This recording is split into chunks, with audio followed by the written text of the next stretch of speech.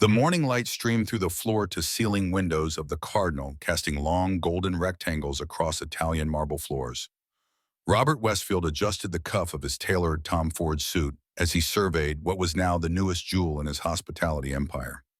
At 52, Robert carried himself with the quiet confidence of a man who had spent decades building something substantial.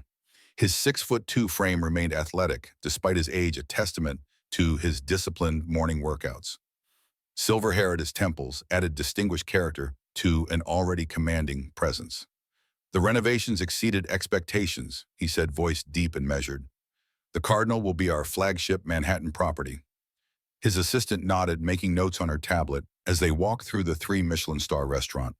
Robert checked his Patek Philippe watch, a subtle habit developed over years of managing an enterprise valued at $4 billion. Time to Robert Westfield was perhaps the only commodity more precious than the real estate he had accumulated across 3 continents. "The staff has been fully vetted," he asked, pausing to examine the hand-blown glass fixtures that cast prismatic patterns across white tablecloths. "Every employee meets our standards," his director of operations assured him. "Many came with the acquisition, but all have been screened thoroughly."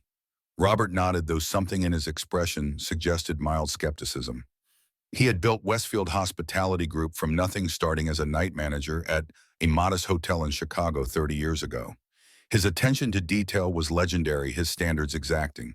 Nothing in his establishments was left to chance. As the management team led him through the dining room, Robert noticed her immediately. She moved between tables with unusual grace, arranging place settings with precision that bordered on artistry.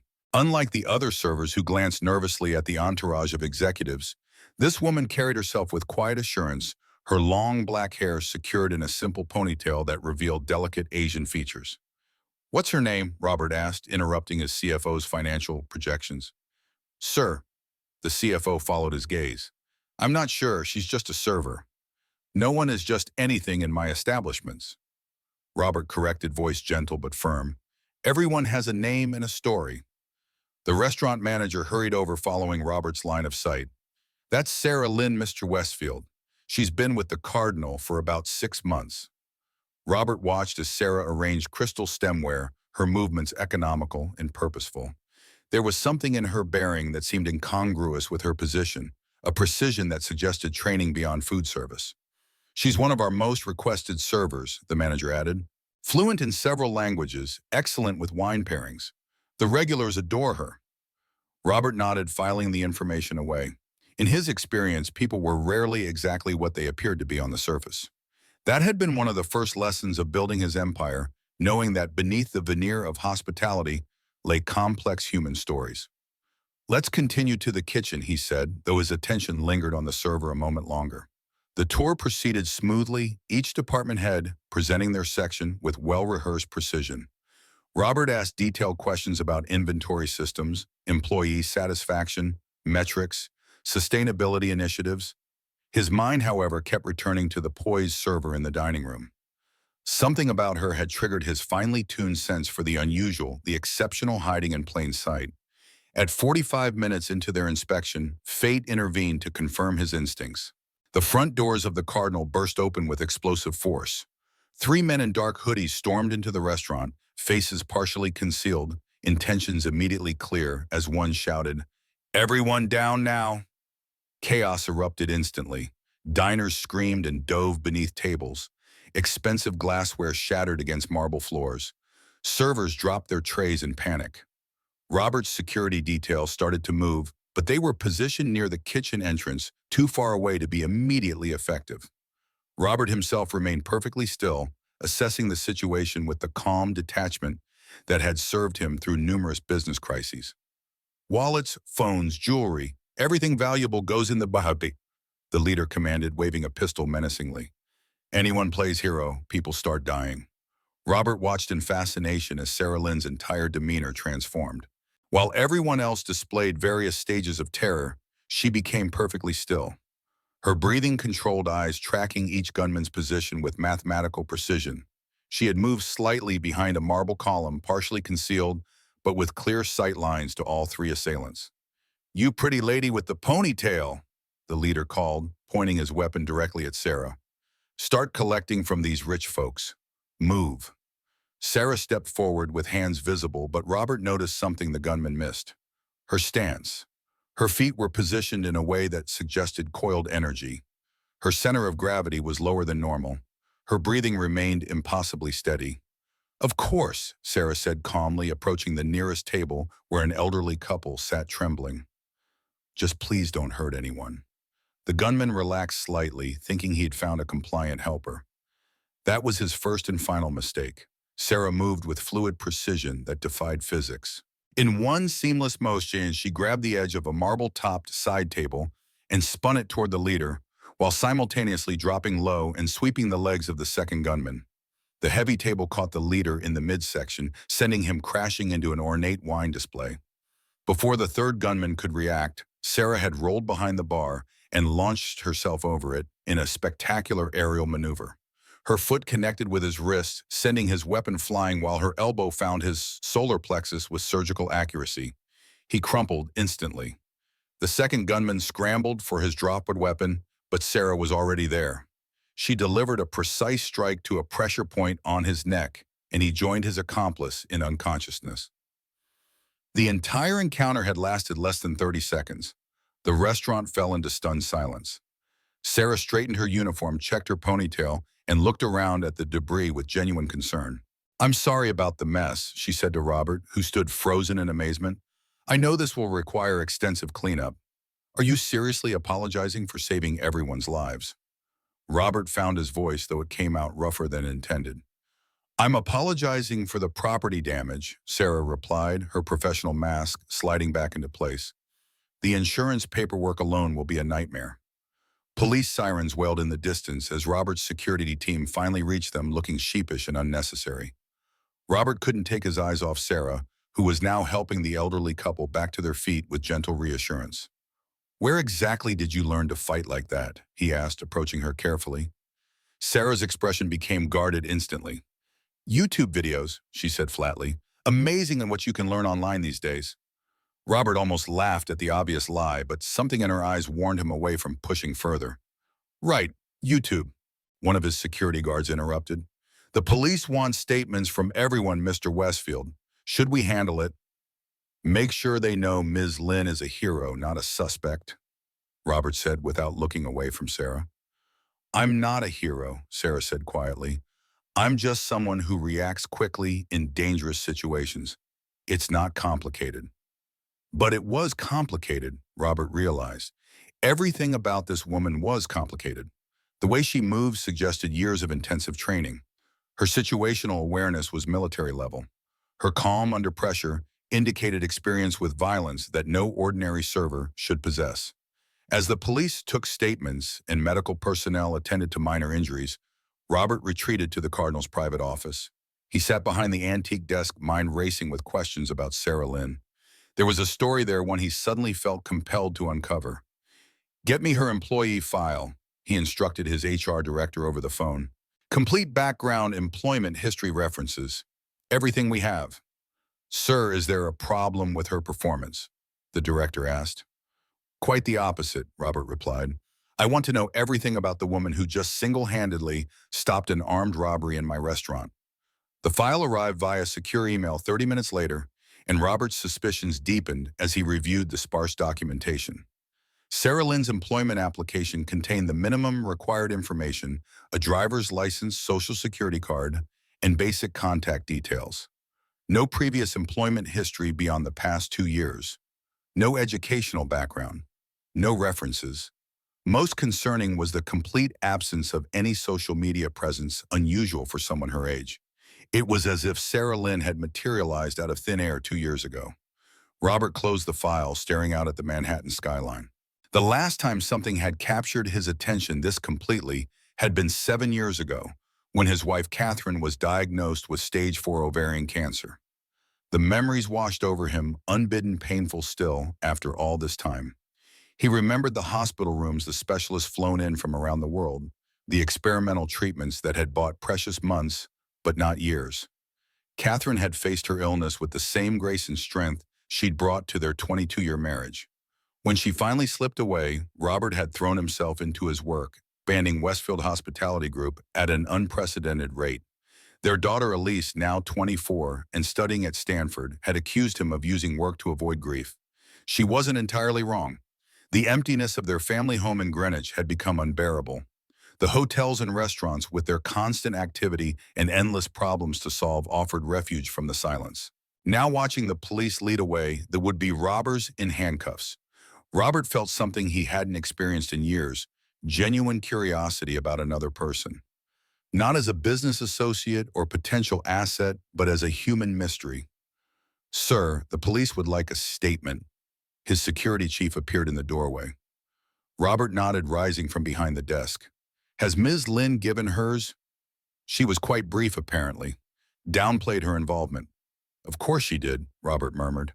By the time Robert finished with the police, Sarah Lin had disappeared. The manager informed him she'd been given the rest of the day off, understandable after the morning's events. Robert found himself disappointed, though he couldn't quite articulate why. He spent the next week monitoring the Cardinal from a distance, reviewing daily reports and security footage. He told himself it was standard procedure following a security incident, but his attention repeatedly drifted to the comings and goings of a certain server. On footage from the kitchen, he observed Sarah's interactions with other staff. She was unfailingly polite but maintained a careful distance. She arrived precisely 15 minutes early for each shift, changed into her uniform with military efficiency, and reviewed the evening's reservations with focus that bordered on academic. "She's something else, isn't she?" Robert turned to find Marcus Rossi, the Cardinal's 60-year-old head chef, standing beside him in the security room. "Ms. Lin, what do you mean?" "That girl approaches serving tables like a master chess player approaches a tournament," Marcus observed. "She anticipates needs before guests realize they have them, knows which tables will order dessert based on their appetizer choices, can predict when someone will need their wine glass refilled by their conversation patterns. It's remarkable." "You think she's overqualified for this job?" Robert asked carefully. Marcus laughed softly. "Think she's overqualified for this planet, but whatever brought her here, she works harder than anyone else and never complains. The other servers respect her because she makes their jobs easier." Robert nodded thoughtfully. "How long have you known her?" "Since she started 6 months ago. She keeps to herself, but she's always professional, never talks about her past." Marcus hesitated. "Not that I'm gossiping about my staff, Mr. Westfield." "Of course not. Just trying to understand the dynamics of the team." Robert closed the security footage. "Thank you for your insights, Chef Rossi." After Marcus left, Robert remained in the security room, troubled by his own unusual interest. In his position, he had learned to maintain professional distance from employees. Yet something about Sarah Lin had captured his attention in a way that felt almost personal. The following evening, Robert arrived at the Cardinal shortly before closing. He took a small table in the corner, observing the final service of the night. Sarah moved through the dining room with that same economical grace he'd noticed before handling a demanding table of executives with diplomatic skill. He watched as she conversed fluently in French with an elderly couple, then switched seamlessly to what sounded like Mandarin with a family celebrating a birthday. When an especially difficult customer sent back his steak 3 times, Sarah handled the situation with unflappable calm, never once revealing frustration. As the restaurant emptied and the cleaning staff began their work, Robert remained at his table nursing a glass of single malt scotch. Sarah approached his table with quiet confidence. "Mr. Westfield, can I get you anything else before we close?" she asked, her expression professional but guarded.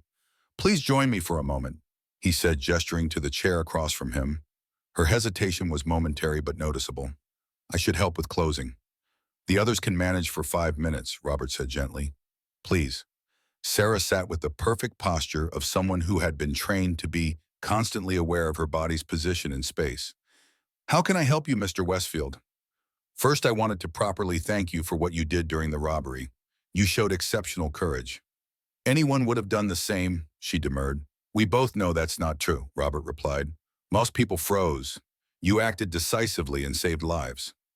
Sarah's expression remained neutral, but he noticed a slight tension in her shoulders. "Is there something specific you wanted to discuss?" Robert studied her for a moment. "Your file is remarkably sparse, Ms. Lin. Most employees include references, previous work experience, educational background. Your file contains a driver's license, social security card, and nothing else. Is there a problem with my work performance? Sarah's voice remained steady, but Robert noticed her hands had unconsciously moved to a defensive position. Quite the opposite. Your work is exceptional, which makes your minimal background even more intriguing. Mr. Westfield, I do my job well. I'm punctual, professional, and I don't cause problems. In most places, that's enough. This isn't most places, Robert countered. This is a 3 Michelin star establishment where every employee undergoes extensive background screening. Then perhaps you should have screened me more thoroughly before hiring me. Her voice had an edge now. You're doing it again, Robert observed. Doing what? Turning the conversation back on me instead of answering questions about yourself. It's a sophisticated deflection technique. Or maybe I just value my privacy. Sarah's dark eyes met his without wavering. Privacy is one thing, mystery is another. Robert leaned forward slightly. The way you fought those men required years of professional training. Your knowledge of wine service suggests formal sommelier education. Your intuitive understanding of fine dining protocols indicates experience in establishments far above this level. And yet you work here as a server, live in a small apartment in Queens, and act like you've never been anywhere or done anything interesting. Sarah was quiet for a long moment, studying his face. You've been investigating me. I've been trying to understand you. There's a difference. Is there one comes from suspicion, the other from curiosity? And which is this? Robert considered the question seriously. Honestly, both. The way you handled those gunmen was impressive but concerning. That level of skill doesn't come from casual self-defense classes. Maybe I'm just naturally coordinated. The hint of a smile touched her lips. And maybe I'm naturally humble. We both know neither is true. Despite herself, Sarah's lips quirked upward. You are asking me to trust you with personal information. But what exactly have you done to earn that trust? Fair point. Robert nodded. What would it take? For starters, stop investigating my background. If you wanted to know something about me, ask me directly. All right, Sarah Lin, where did you learn to fight like that? Sarah hesitated, then answered quietly. My grandfather taught me. Where? San Francisco's Chinatown. Why did you leave? The almost smile disappeared entirely. That's not a fair question. Why isn't it fair? Because you're not ready for that answer, and I'm not ready to give it. Robert felt himself being drawn deeper into the puzzle that was Sarah Lin. Every answer she gave raised 3 new questions, and every defensive response made him more determined to understand what she was protecting herself from. Have dinner with me, he said suddenly. Mr. Westfield. She began, her tone warning. Robert, just Robert, and not as your employer, as someone who finds you fascinating and wants to know more. Why is this so important to you? The question stopped him cold. Why was it important? He dated occasionally beautiful and accomplished women who moved in the same social circles. None had captured his interest the way this mysterious server had in the span of a few days. Because I've spent my entire adult life surrounded by people who want something from me, he said finally. Money connections, social status, business opportunities. But you don't want anything. You actively discourage my interest. In my world, that's so rare it's practically extinct. Sarah's expression softened almost imperceptibly. Maybe I don't want anything because I've learned that everything comes with a price. What if it doesn't? Everything does, Robert. The question is whether you're willing to pay it when the bill comes due. Before he could respond, Sarah glanced at her watch and straightened her uniform. I need to start my closing duties, if you'll excuse me. She walked away, leaving Robert sitting alone among the empty tables, wondering why rejection from a waitress felt like the most significant thing that had happened to him in years. 3 days after their conversation, Robert found himself doing something unprecedented, sitting in his car outside the Cardinal at 1 a.m. waiting. The rational part of his mind told him this behavior bordered on inappropriate. The part that had been dormant since Catherine's death urged him to stay. His patience was rewarded when the staff exit door opened and Sarah emerged, now dressed in simple black athletic wear. She looked up and down the street cautiously before turning toward the subway station.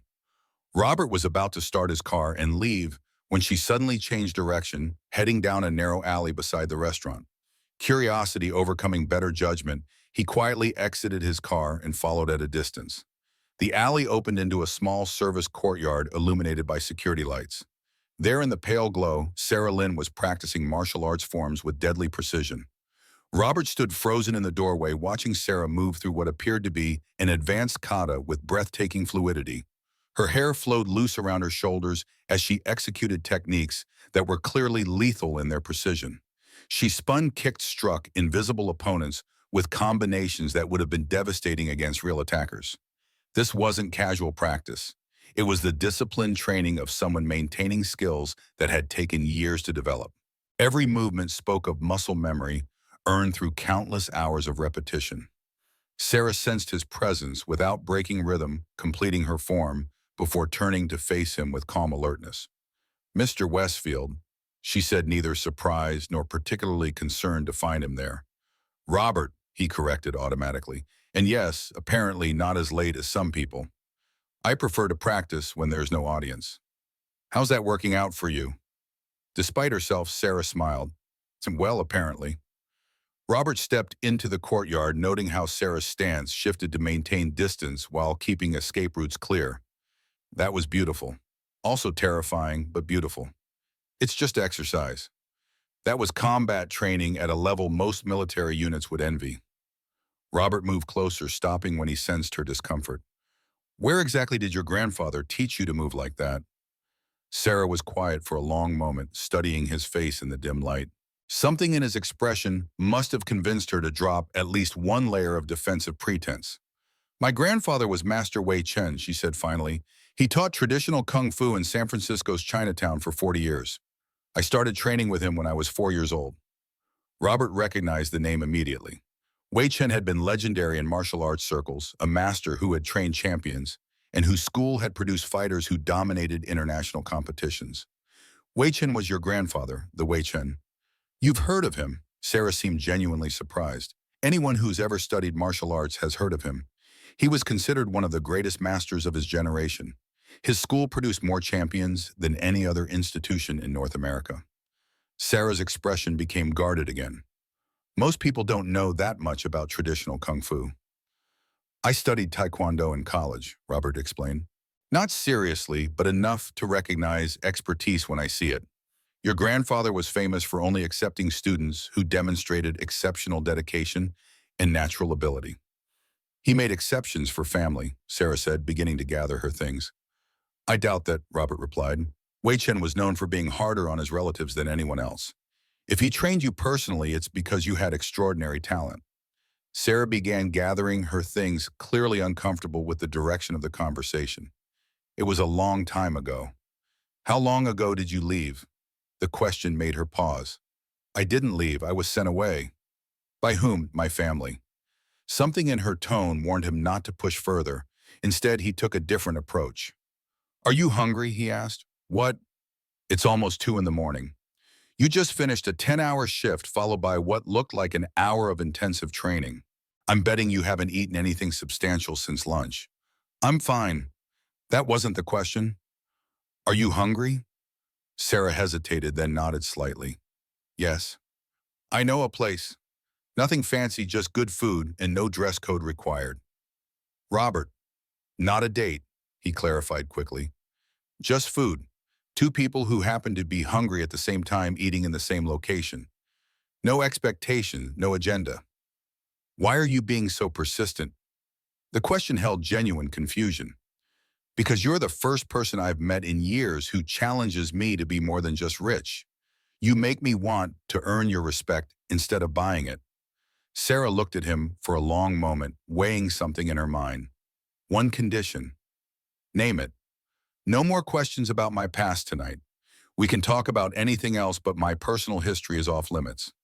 "Deal."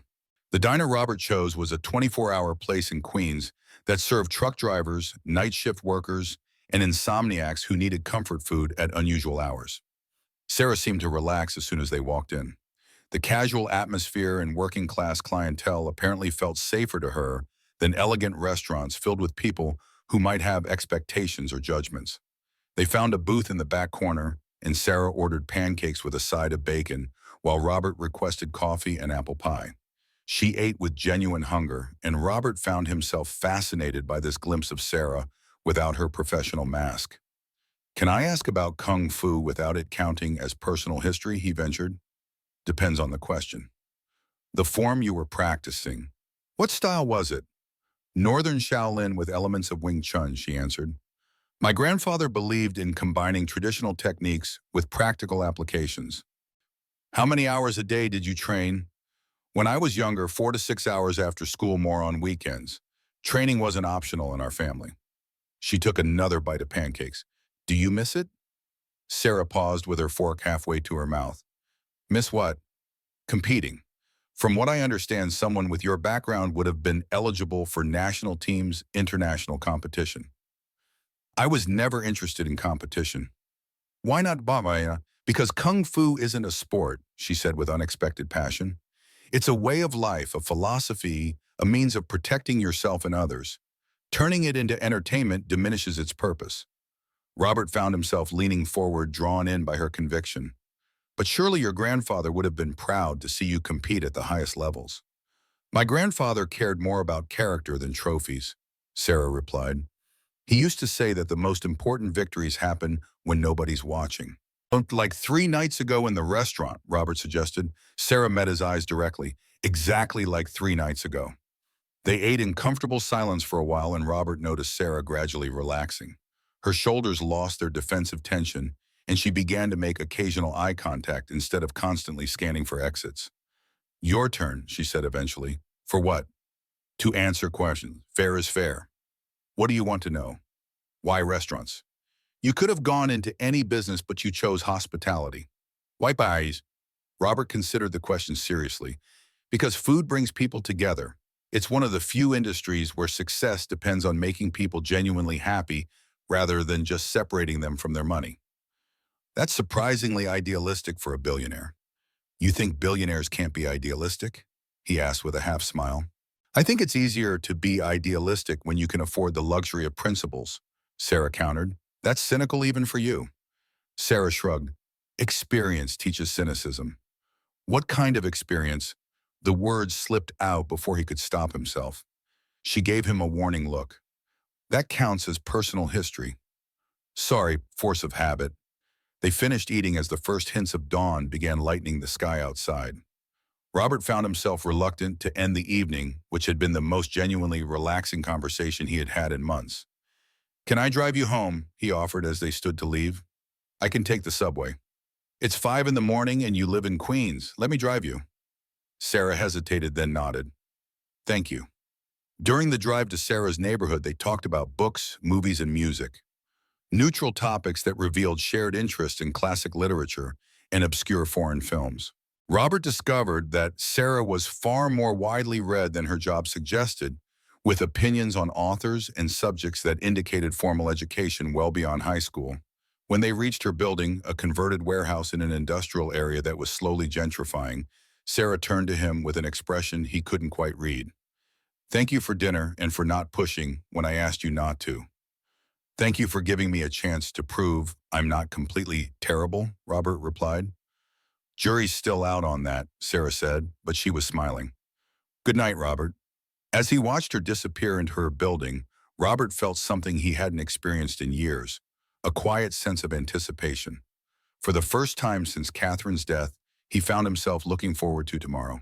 What he didn't know was that his longtime friend and CFO Richard Webb had been following them since they left the restaurant, taking photographs and making plans that would soon threaten everything they were beginning to build. Richard Webb had been Robert Westfield's CFO for 10 years, best friend for 25, and secret enemy for the past 6 months. As he sat in his penthouse reviewing the photographs of Robert and Sarah, his jaw tightened with barely controlled rage. Sarah Lin wasn't just some waitress who'd caught Robert's attention. She was the granddaughter of Wei Chen, the legendary kung fu master whose dojo Richard had desperately tried to join as a teenager, only to be rejected for lacking the discipline and character Wei demanded from his students. The old man had looked right through him, seeing the anger and entitlement that drove him, and had dismissed him with words that still burned 15 years later. You seek power, not wisdom. Find another teacher. Now Wei Chen's granddaughter was threatening to derail the most important business deal of Richard's career. Web Industries stood to make $40 million from a partnership with Victor Zhang's international consortium, a deal that would only proceed if Robert remained focused on business rather than getting distracted by romantic entanglements with inappropriate women. More importantly, Richard had embezzled $30 million from Westfield Hospitality Group to cover gambling debts that had spiraled out of control.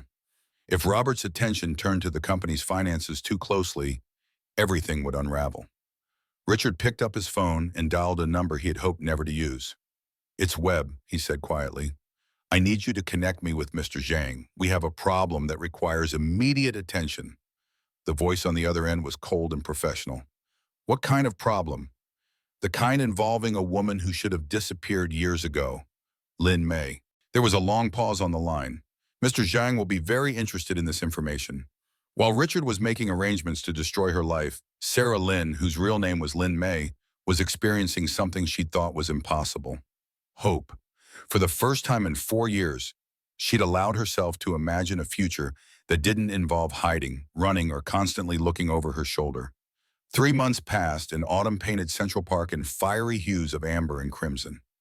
Robert Westfield found himself visiting the Cardinal with increasing frequency, always with plausible business explanations that fooled no one on his executive team.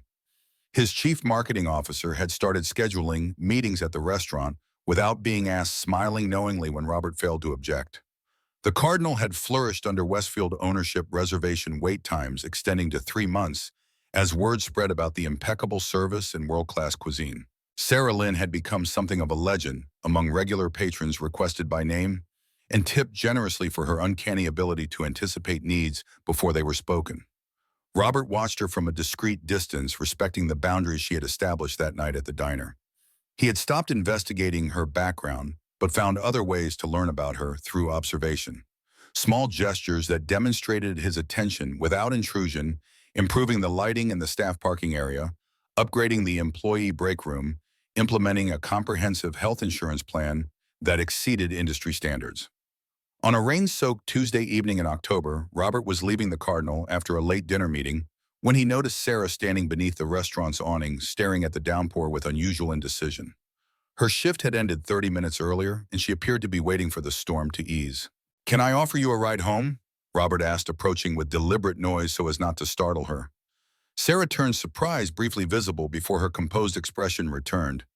"Thank you, but the subway is fine. In this weather, you'll be soaked before you reach the station." As if to emphasize his point, a gust of wind drove rain sideways beneath the awning, misting them both with fine droplets.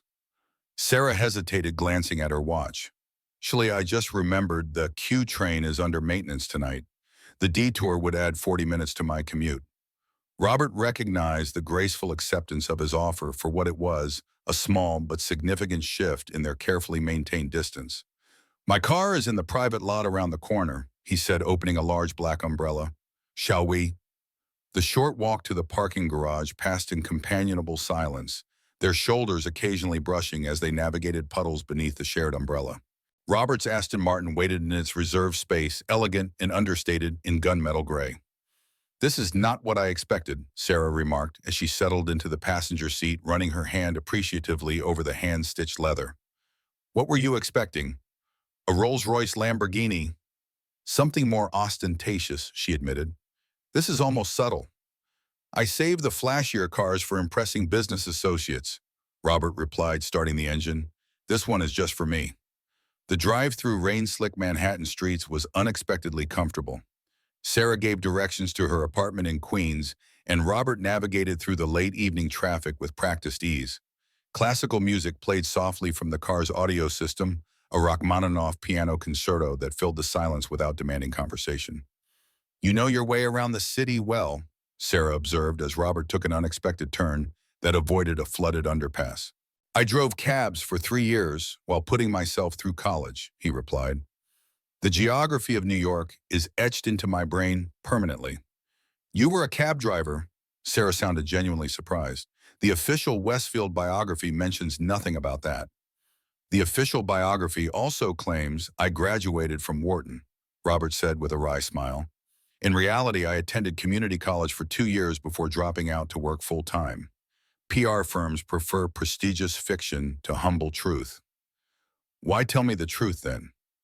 Robert considered the question as he navigated onto the Queensboro Bridge. Perhaps because you've never been impressed by the fiction. Rain drummed steadily on the roof as they crossed into Queens, the Manhattan skyline receding behind them, jewel-bright through sheets of water. Sarah directed him through increasingly residential neighborhoods until they reached her apartment building, the converted warehouse standing stark against the night sky. "Thank you for the ride," she said as Robert pulled up to the entrance. "Would you like to come up for coffee? It seems only fair after you drove all this way." The invitation surprised him. "Are you sure?" "It's just coffee, Robert," she said, though something in her expression suggested she recognized the significance of the invitation. "And it's pouring. You shouldn't drive back immediately anyway." Her apartment was on the fourth floor, a corner unit with windows on two sides. The space was sparsely furnished but meticulously organized. Bookshelves lined one wall filled with volumes on diverse subjects: philosophy, history, martial arts, wine appreciation, and classical literature in multiple languages. A small collection of Chinese calligraphy scrolls adorned another wall, the only personal decoration in the otherwise utilitarian space. "Quite a library," Robert remarked, scanning the titles while Sarah prepared coffee in the small kitchen. "Books are easier to move than furniture," she replied, her back to him as she measured coffee beans into a grinder. The simple statement contained volumes of unspoken history. Robert noted the lack of photographs, mementos, or any items that would connect her to a specific place or time. This was the home of someone prepared to leave at a moment's notice. "French press or pour over?" she asked. "Whichever you prefer," Robert answered, continuing to study her collection. "You have an impressive selection of wine books. Some of these are advanced sommelier text." Sarah appeared with two steaming mugs, a hobby. "Most hobbies don't involve memorizing the soil composition of every wine-growing region in France," Robert observed, accepting the coffee gratefully. "You speak multiple languages fluently, possess extensive wine knowledge, and could teach combat tactics to special forces. That's an unusual combination of skills for someone your age." "Perhaps I'm unusually dedicated to self-improvement," she countered, settling into a simple chair across from him. "Or perhaps there's more to your story than you're willing to share." Robert took a sip of the coffee, which was expertly prepared. "This is excellent, by the way." "Another hobby." Sarah tucked her legs beneath her, seeming more relaxed in her own space than he had ever seen her. "Since we're noting unusual skills, you have an impressive knowledge of martial arts lineages for a hospitality CEO. I've always been fascinated by disciplines that require complete dedication," Robert admitted. "When I was younger, I thought I might pursue martial arts seriously, but business demanded too much time. I've maintained an interest, though." "Is that why you keep visiting the cardinal academic interest in my background?" The directness of the question caught him off guard. "No, that's not why." "Then why you own dozens of establishments across 3 continents? Surely the cardinal isn't uniquely demanding of your personal attention." Robert considered his response carefully. "In my position, I'm surrounded by people who calculate their every word and action based on what they think I want to hear. It's refreshing to interact with someone who has no interest in impressing me." "You find honesty novel." There was a hint of amusement in her voice. "I find your particular brand of honesty compelling," he corrected. "You're direct without being cruel, private without being deceptive." "You make me sound more virtuous than I am," Sarah said, her expression sobering. "I've told my share of lies, Robert. Haven't we all?" The rain intensified outside, drumming against the windows as they sipped their coffee in companionable silence. For the first time since Catherine's death, Robert felt the simple pleasure of being in someone's company, without agenda or expectation. "I should go," he said, eventually setting down his empty mug. "It's getting late." Sarah walked him to the door. "Thank you again for the ride." "Thank you for the coffee and conversation." Robert hesitated at the threshold. "Perhaps we could do this again sometime." "Perhaps," she replied, neither promising nor refusing. As Robert drove back to Manhattan, he reflected on the evening with a sense of quiet satisfaction. Something had shifted between them, a small but significant step toward trust. In his world of rapid acquisitions and instant gratification, this gradual building of connection felt strangely valuable. What Robert couldn't know was that across town, Richard Webb was cementing a very different kind of connection. The private room at the Mandarin Oriental Hotel offered sweeping views of Columbus Circle 20 floors below. Richard Webb stood at the window, watching raindrops trace chaotic patterns down the glass as he waited for his guest to arrive.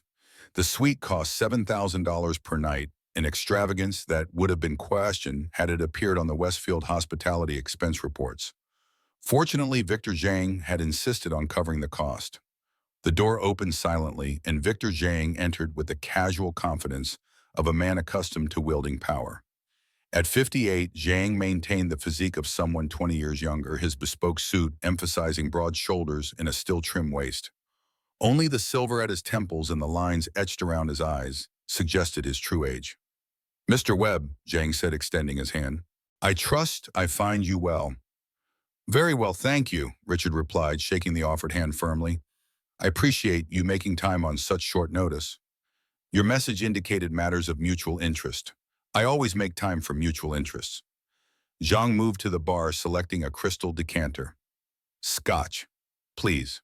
Zhang poured two generous measures, handing one to Richard, before taking a seat in a leather armchair positioned to command both the view and the room. "You have information about Lin Mei," Zhang stated, the question implicit. Richard nodded, retrieving a manila envelope from his briefcase. "These were taken over the past 3 months." Zhang examined the photographs methodically, his expression revealing nothing as he studied images of Lin Mei, now called Sarah Lin, working at the Cardinal, practicing martial arts in the alleyway, and most recently entering her apartment building with Robert Westfield. "She has changed very little," Zhang remarked, his tone almost appreciative. "Still beautiful, still dangerous. She goes by Sarah Lin now," Richard explained.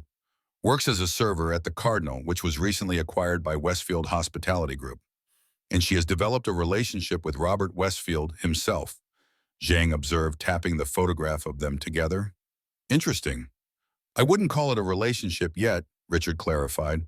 "Robert is intrigued by her, but they're moving slowly." "Why bring this to me, Mr. Webb?" Zhang set the photographs aside, fixing Richard with an evaluating gaze. "We have a business arrangement concerning your company's expansion into Asian markets. How does Lin Mei factor into this?" Richard took a deep breath. "2 reasons. First, I believe Robert's interest in her could distract him from our deal, potentially delaying or derailing it. Second, I know of your prior association with Lin Mei." Association," Zhang repeated the word with faint amusement. "A diplomatic choice of words. She testified against me in a sealed federal proceeding 4 years ago, Mr. Webb. Her testimony nearly destroyed everything I spent decades building.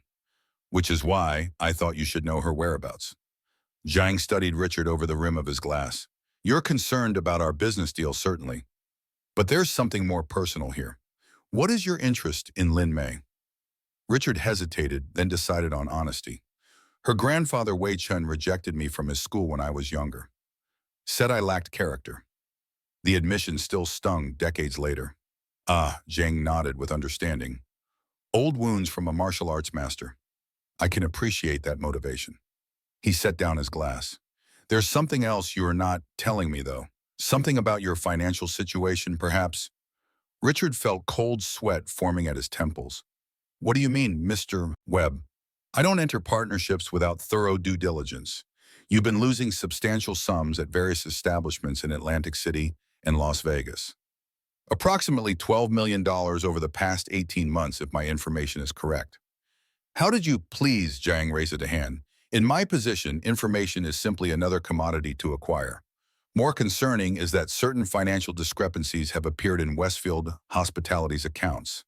Discrepancies that an ordinary audit might not catch, but that would be immediately apparent should anyone conduct a forensic examination of the books." Richard's mouth went dry. "Are you threatening me?" "Quite the opposite," Zhang replied smoothly. "I'm acknowledging our mutual vulnerabilities. You need this partnership to succeed before Robert Westfield discovers your creative accounting. I need to resolve unfinished business with Lin Mei before her testimony can be used against me again. We can help each other." "What exactly are you proposing?" Zhang smiled, a gesture that never reached his eyes. "First, we accelerate the partnership agreement. Second, you continue providing information about Lin Mei's movements and associations. Third, you ensure certain immigration authorities receive anonymous tips about irregularities in her documentation. That last part, Richard frowned. What would that accomplish? It would make her nervous, Zhang explained. People who are nervous make mistakes. When she makes mistakes, she becomes vulnerable. When she's vulnerable, he left the sentence unfinished. And what do I get in return? Beyond the 40 million your company stands to make from our partnership, a personal bonus of 5 million, untraceable to Cayman accounts, and my guarantee that your financial indiscretions remain undiscovered. Richard considered the offer. He had already embezzled nearly 30 million from Westfield hospitality money he had no hope of replacing before the next major audit. His gambling debts continued to mount, despite promises to himself that each bet would be his last. I'll need assurances that nothing can be traced back to me, he said finally. Mr. Webb, Zhang replied, refilling their glasses. Discretion is the foundation of all lasting partnerships. You have my word. As they shook hands to seal their arrangement, Richard felt a momentary pang of guilt about betraying Robert, his friend of 25 years. He quickly suppressed it. In business, as in gambling, one had to know when to cut losses and maximize gains. Robert would recover from a broken heart. Richard would not recover from federal prison for embezzlement. 2 weeks later, Lin Mei was restocking wine in the Cardinal's temperature-controlled cellar when Marcus Rossi, the head chef, found her with unusual urgency in his normally composed demeanor. Sarah, I need to speak with you privately, he said, glancing over his shoulder to ensure they were alone. What's wrong? She asked immediately, alert to the tension in his voice. Immigration Services received an anonymous tip this morning claiming you're working under false documentation. The blood drained from Lin Mei's face as Marcus continued. They're conducting a full investigation into your employment status, legal documentation, background verification. Lin Mei set down the bottle she was holding, with deliberate care, her mind racing. Her documentation was legitimate in the sense that it would pass standard scrutiny, but it wouldn't withstand deep investigation. It had been created by people who specialized in helping victims disappear from dangerous situations. Immigration investigators would eventually trace the documents back to their source, potentially exposing not just Lin Mei, but an entire network that helped women escape abusive situations and unwanted marriages. Who would do this? She whispered, though she already suspected the answer. I don't know, Marcus replied, his weathered face creased with concern. But I have friends at the regional office. They've given us a small window before the formal investigation begins. Maybe 2 days. I have to quit, Lin Mei said quietly, already calculating what she could take, what she would leave behind, which identity she would assume next. Sarah, no, Marcus placed a gentle hand on her arm. We can fight this. Robert has excellent lawyers. I can't involve Robert in this, she insisted. If immigration connects him to my case, it could damage his businesses, his reputation. I won't let that happen. Then what will you do? Lin Mei straightened her shoulders. Decision made. What I've always done, disappear. Marcus's expression darkened. You don't have to live like this. Whatever you're running from there might be another way. You don't understand, Lin Mei said softly. The people I'm running from don't give up. They don't forgive, and they have enough money and connections to destroy anyone who tries to help me. That evening, Lin Mei packed her few belongings into a single duffel bag, the same routine she'd performed in 3 different cities over the past 4 years. Leave no trace. Take nothing that couldn't be replaced. Disappear before anyone realized she was gone. She was almost finished when she heard a knock at her door. Instantly alert, she positioned herself to the side of the entrance, peering through the peephole cautiously. Robert Westfield stood in the hallway alone and uncharacteristically disheveled. Lin Mei hesitated, then opened the door. Robert, what are you doing here? Marcus told me what happened, he said, stepping inside without waiting for an invitation. We need to talk. He stopped short when he saw the pack bag on her bed. You're leaving. I have to. No, you don't. We can handle this together. I have lawyers, investigators, resources.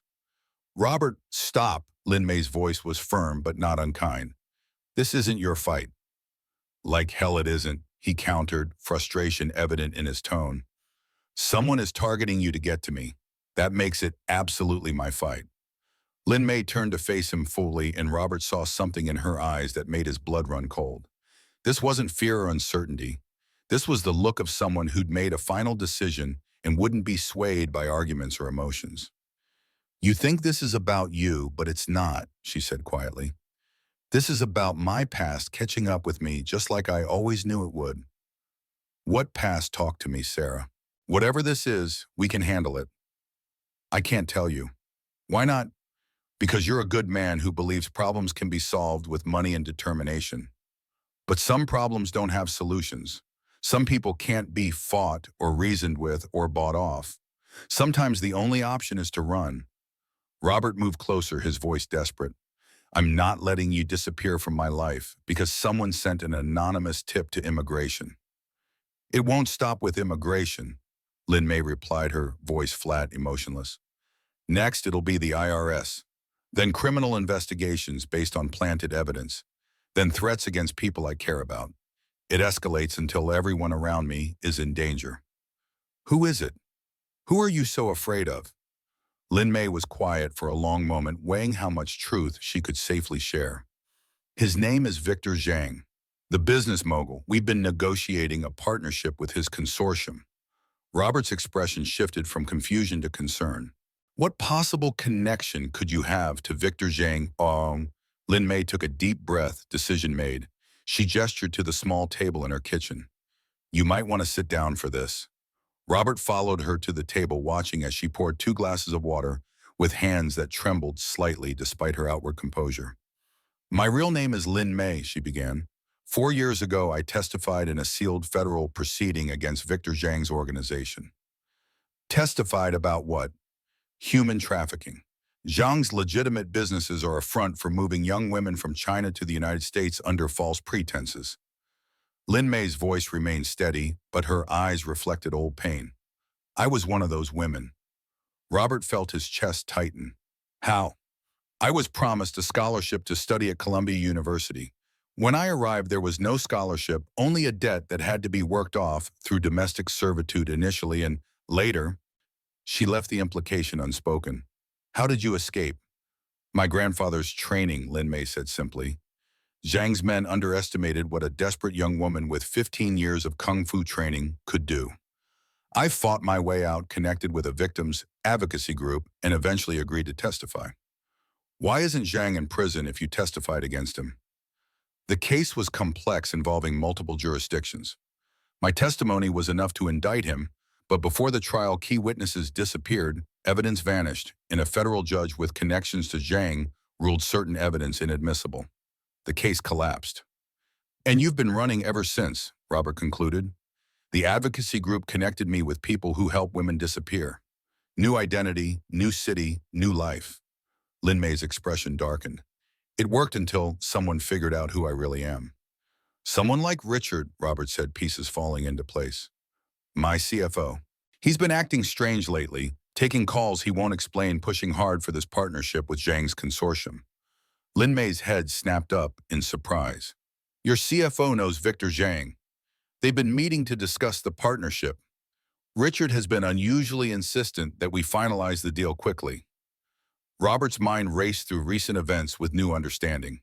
"He must have recognized you or discovered your connection somehow." "Robert, if Richard is involved with Zhang, then he knows exactly where I am." Lin Mei's voice took on new urgency. "You need to stay away from me. Coming here puts you in danger too." "I don't care about danger." "Well, I do." Lin Mei's composure finally cracked. "I care about you getting hurt because of me. I care about your business being destroyed because you tried to help someone you barely know. I care about good people suffering because I was selfish enough to let myself care about someone again." The naked emotion in her voice stilled Robert's objections. He reached across the table, taking her hand in his. To his surprise, she didn't pull away. "How much time do we have before immigration starts their investigation?" he asked. Marcus said 2 days, maybe less. "Give me 24 hours, Robert said, squeezing her hand gently. "Don't run, don't disappear. Give me 1 day to show you there's another option." "Robert, this isn't a business problem you can solve with strategy and resources." "Maybe not, but I'm not giving up on you without a fight." Lin Mei stared at him, torn between hope and terror. Everything in her experience told her to run immediately, But something in Robert's eyes, a certainty she hadn't seen since her grandfather promised to teach her to protect herself, made her want to believe that maybe, just maybe, there was another way. 24 hours, she said finally. But if you can't find a solution that doesn't put you at risk, I'm gone. Deal. As Robert left her apartment, neither of them noticed the dark sedan parked across the street or the telephoto lens capturing their conversation through Lin Mei's kitchen window. Victor Zhang's operatives were already implementing the next phase of their plan, and 24 hours might not be nearly enough time to save them both. The following morning, Robert summoned his executive team to an emergency meeting at Westfield corporate headquarters. Notably absent was Richard Webb, whom Robert had deliberately excluded. The assembled directors exchanged nervous glances as their CEO paced the boardroom uncharacteristically tense. "I need your complete discretion on what I'm about to share." Robert began, stopping at the head of the table. "It involves both a personal and professional matter." He outlined the situation in broad strokes, explaining that an employee at the Cardinal was being targeted through immigration investigations due to her past connection with Victor Zhang. He omitted the nature of the testimony and Lin Mei's true identity, describing her only as a material witness in a federal case against Zhang's organization. "Our proposed partnership with Zhang's consortium is hereby suspended indefinitely," Robert concluded. "I want a complete review of how this deal came to us, who advocated for it, and what we know about Zhang's businesses." "Sir," his general counsel interjected, "suspending a deal of this magnitude will have significant financial implications. The Asian expansion represents projected annual revenue of $80 million. "I'm aware of the numbers," Robert replied. "What I'm not clear on is why Richard has been pushing so aggressively for this specific partnership when there are other potential partners in the region." "Mr. Webb has been handling most of the negotiations personally," the chief operating officer noted. "He's been unusually protective of the details." "That ends today," Robert said firmly. "I want a complete financial audit of all transactions related to the Zhang negotiations, including any expenses, consultancy fees, or preliminary agreements." "A full audit will take weeks," the chief financial officer pointed out. "You have 24 hours to give me a preliminary report," Robert countered. "Focus on anything unusual or outside standard protocols." As the team dispersed with their assignments, Robert's executive assistant approached with a concerned expression. "Sir, Judge Ramirez is here to see you. She says it's urgent." Robert frowned. "Judge Ramirez, I don't recall any appointment. She insisted it concerns Sarah Lin." Robert's heart rate accelerated. "Show her in immediately." Judge Eleanor Ramirez entered the boardroom with the commanding presence of someone accustomed to being the highest authority in any room. At 63, she carried herself with regal posture, her silver hair cut in a practical bob that framed sharp, intelligent features. Though retired from the federal bench, she still radiated judicial authority in her tailored navy suit. "Mr. Westfield," she said, extending her hand, "thank you for seeing me without an appointment." "Judge Ramirez," Robert replied, shaking her hand firmly, "your reputation precedes you." "As does yours," she replied, taking a seat at the conference table. "I'll be direct. Lin Mei is in danger, and by association, so are you." Robert stared at her, momentarily speechless. "You know Lin Mei?" "I've known her for 4 years," Eleanor confirmed. "I presided over the grand jury that indicted Victor Zhang based on her testimony. When the case collapsed under suspicious circumstances, I connected her with people who could help her disappear." "You're part of the network that's been protecting her," Robert realized.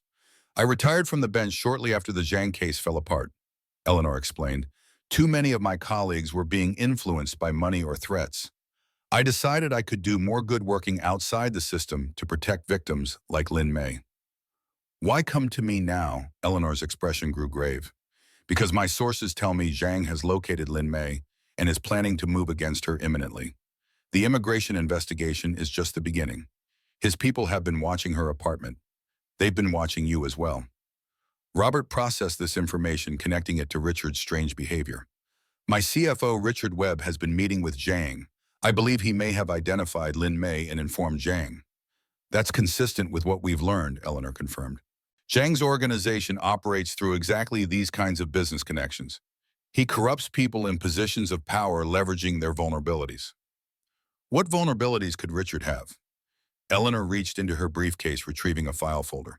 These were compiled by our investigative team. Mr. Webb has accumulated gambling debts exceeding $12 million over the past 18 months. More concerning financial forensics indicate he's embezzled approximately $30 million from Westfield Hospitality Group through a sophisticated system of false invoices and shell companies. Robert accepted the folder with numb fingers, scanning documentation that revealed years of methodical theft by someone he had trusted implicitly. Bank statements, wire transfers, shell company registrations, all pointing to a breathtaking betrayal. "I've known Richard for 25 years, Robert said quietly. "We built this company together." "I'm sorry," Eleanor said, genuine compassion in her voice. "But right now we need to focus on protecting Lin Mei. Zhang won't stop with legal harassment. His usual pattern is escalation until his targets have no choice but to capitulate or disappear permanently. What do you suggest?" "Lin Mei needs to disappear again with a new identity, new location, completely cut off from her past." "Including me," Robert concluded. "Yes," Eleanor confirmed. "Any connection to you would create a trail Zhang could follow." Robert stood, moving to the window that overlooked the Manhattan skyline. The thought of Lin Mei vanishing from his life created an ache he hadn't expected, a sense of loss disproportionate to their brief acquaintance. "There has to be another way," he said finally. "What do you propose?" "Zhang wants Lin Mei silenced because her testimony threatens his operation. But what if we could neutralize that threat through other means?" Robert turned back to face Eleanor. "What if we could make it more costly for Zhang to pursue Lin Mei than to let her go?" "You're thinking of using your business leverage." "Exactly." Robert nodded. "The partnership he's negotiating with Westfield is worth millions, but it's also about legitimacy. Zhang wants to cleanse his public image through association with established Western brands like ours." "You'd threaten to expose him?" "No." Robert shook his head. "Threats would only escalate the situation. I'm thinking of something more subtle. Zhang operates in a world where face and reputation matter as much as money. What if we could offer him a way to save face while permanently resolving his issue with Lin Mei?" Eleanor considered this approach. "It's risky. Zhang isn't known for compromise." "Every businessman understands cost-benefit analysis," Robert countered. "Right now, silencing Lin Mei costs him relatively little. If we change that equation dramatically, he might reconsider." "How would you change the equation?" "By making her testimony irrelevant," Robert explained. "If Zhang believed that pursuing Lin Mei would trigger the release of even more damaging evidence than her testimony, evidence that would destroy not just his criminal enterprises, but his legitimate businesses too, he might see the value in a permanent ceasefire." "Do such evidence exist?" "Not yet," Robert admitted. "But given 24 hours and the resources at my disposal, I might be able to create a convincing case that it does." Eleanor studied him thoughtfully. "You care for her a great deal, don't you?" "I hardly know her," Robert replied automatically, "and yet you're willing to risk everything to protect her." Before Robert could respond, his phone chimed with an incoming message. He glanced at the screen, his expression darkening. "What is it?" Eleanor asked. "A text from an unknown number," Robert said, holding up his phone to show her the message. "Check your personal email immediately." Robert opened his email on his tablet, finding a message with no subject line from an anonymous address. The body contained only a link to a video file. With growing apprehension, he tapped the link. The video showed Lin Mei entering her apartment building after work. The timestamp indicated it had been recorded just hours earlier. A second video followed, showing close-up footage of Lin Mei through her apartment window as she packed her belongings. A final message appeared on screen. "She dies tonight unless you bring what she stole. Come alone to the address below at midnight." Robert's hand tightened around the tablet. "They're going to kidnap her tonight." "What is this about something she stole?" Eleanor asked. "I don't know," Robert admitted. "She never mentioned taking anything from Zhang." "It could be leverage," Eleanor suggested. "Evidence she kept as insurance." "Whatever it is, I need to warn her immediately." Robert dialed Lin Mei's number, his anxiety mounting as the call went straight to voicemail. He tried again with the same result. "Her phone's off," he said, "or they've already taken her." "I'll activate our network," Eleanor said, reaching for her own phone. "We have people who can check her apartment, her workplace, anywhere she might be." "I need to get to her before Zhang's people do," Robert insisted, already heading for the door. "Robert," Eleanor called after him, "if Zhang's people have her going in unprepared, will only get both of you killed. He paused at the threshold. What do you suggest? We need to plan resources and backup, Eleanor said firmly. Give me 2 hours to contact some people who can help. Former law enforcement security specialists. 2 hours could be too late. 2 hours of preparation might be the difference between saving her and joining her in whatever fate Zhang has planned, Eleanor countered. Trust me on this. I've been fighting men like Zhang for decades. Robert recognized the wisdom in her words despite his urgent need to act. 2 hours. Then we move with or without your network. Agreed, Eleanor nodded. In the meantime, there's something else you should know about Lin Mei, something that might explain what Zhang believes she stole. Robert returned to the conference table, listening intently as Judge Ramirez revealed the final pieces of Lin Mei's story details that would prove crucial in the dangerous hours ahead. Robert's phone vibrated with an incoming call from an unknown number. He answered immediately, hoping for news about Lin Mei. Westfield. Mr. Westfield, this is Detective Michael Harris, NYPD. The voice was deep authoritative. We need you to come to Bellevue Hospital immediately. Sarah Lin was found unconscious in Chinatown 3 hours ago. Robert felt his heart constrict. Is she alive? She's stable but unconscious. Concussion, 3 broken ribs, extensive bruising.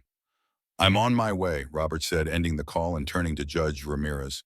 They've already made their move. Lin Mei is in Bellevue Hospital. Eleanor's expression darkened. This is classic Zhang, a warning not meant to kill but to demonstrate power. Or a distraction. Robert countered, his hand unconsciously moving to his Patek Philippe watch, a habit that intensified in moments of stress. The timepiece had been the last gift from Catherine before her diagnosis, its steady ticking a reminder that time was both precious and relentless. The text message demanded I bring what she stole to an address at midnight. This attack could be designed to manipulate my emotions, cloud my judgment. Either way, we need to see her, Eleanor agreed, following him to the elevator. My contacts can provide security at the hospital while we determine our next move. They rode to Bellevue in tense silence, Robert's mind racing through possible scenarios. The hospital corridors were harshly lit, antiseptic scents hanging in the air as a tired-looking detective met them at the nurse's station. Detective Martinez, she introduced herself, extending a hand. You're here for Sarah Lin? Yes, Robert confirmed. How is she stable? She regained consciousness about 20 minutes ago, but hasn't said much. Doctor says the concussion is serious but not life-threatening. Was she able to identify her attackers? Eleanor asked. Said she never saw their faces. 3 men grabbed her as she left work, forced her into a van, beat her, then dumped her in Chinatown. Detective Martinez's expression was grim. They left this in her jacket pocket. She handed Robert a photograph that made his blood freeze. It showed him and Lin Mei leaving the diner 4 nights earlier, but Lin Mei's face had been circled in red ink with a message written on the back in Chinese characters. Can you read this? Martinez asked. No, Robert admitted, turning to Eleanor. The judge studied the characters, her expression growing more concerned. It's written in traditional Chinese. It says the runaway witness will return what was taken, or all who shelter her will suffer the same fate. Martinez frowned. What exactly did she take? That's what we need to find out. Robert replied, his gaze fixed on Lin Mei's room down the hall. May we see her? Briefly, she needs rest. Lin Mei lay still against white hospital sheets, her normally vibrant presence diminished by the clinical surroundings. Bruises darkened one side of her face and a bandage wrapped around her forehead. Around her neck, Robert noticed a phoenix pendant on a thin silver chain, something he'd never seen her wear before. Her eyes opened as they entered a recognition, quickly followed by alarm. Robert, you shouldn't be here, she whispered, voice hoarse. It's not safe. Neither is anywhere else, apparently. He moved to her bedside, taking her hand gently. What happened? Zhang's men, she confirmed. They said it was a message, a preview of what's coming if I don't return what I took. Her gaze shifted to Eleanor. Judge Ramirez, how? I still have friends watching out for you, Lin Mei, Eleanor replied softly. Lin Mei closed her eyes briefly. I should have disappeared sooner. Zhang would have found you eventually, Eleanor said. He has resources we can't match indefinitely. Lin Mei, Robert said gently, the message in your pocket. What exactly did you take from Zhang? She hesitated, glancing at the door to ensure they were alone. Her fingers moved unconsciously to the phoenix pendant at her throat. Evidence. When I escaped 4 years ago, I took a flash drive from Zhang's office. It contains financial records linking his legitimate businesses to human trafficking operations, detailed accounting of bribes paid to officials, and lists of victims with their purchase prices and destinations. Why didn't you give this to the prosecutors? Eleanor asked. I did, Lin Mei replied. They said the evidence was inadmissible because of how it was obtained. But I kept a copy as insurance hidden where even Zhang couldn't find it. Until now, Robert concluded. He doesn't have it, Lin Mei clarified. But he knows it exists and he wants it destroyed before it can be used against him again. Where is it? Robert asked. Lin Mei's eyes met his, weighing trust against survival instincts honed through years of running. She touched the phoenix pendant again. In a safe deposit box at First National Bank in San Francisco, registered under my birth name. This pendant is the key. It contains a microchip with the access codes. We need to retrieve it before Zhang's people do, Eleanor said. They can't access it without me, Lin Mei assured them. But there's something worse. My grandfather, Master Wei Chen, has been arrested in San Francisco on false immigration charges. Zhang's people are holding him as leverage. Robert felt pieces of the puzzle clicking into place. That's why Zhang is so confident you'll cooperate. He has your grandfather. Lin Mei nodded, tears gathering in her eyes. Grandfather is all the family I have left. He sacrificed everything to protect me when my parents wanted to send me back to China after I escaped from Zhang. We'll help him, Robert promised, squeezing her hand gently. How Zhang has connections everywhere, even in federal agencies.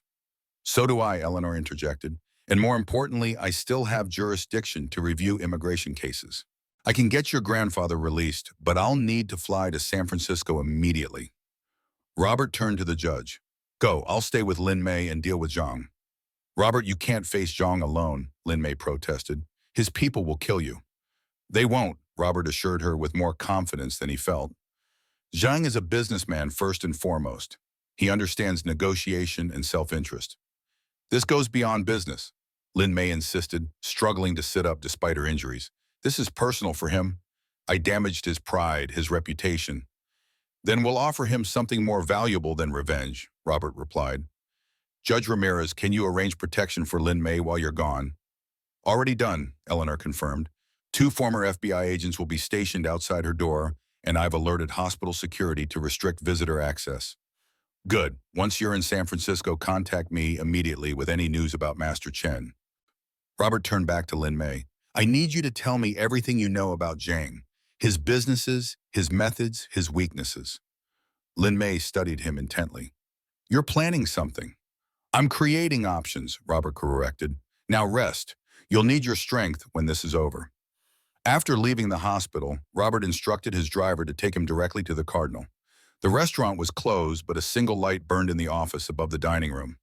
Richard Webb sat at the antique desk reviewing documents when Robert entered without knocking. Robert, Richard said, surprise quickly masked by a professional smile. I didn't expect you this evening. Clearly, Robert replied coldly. Otherwise, you might have prepared a better explanation for this. He tossed a folder onto the desk, financial records spreading across the polished surface. Richard glanced at the documents, his complexion paling. Where did you get these? Does it matter $30 million, Richard?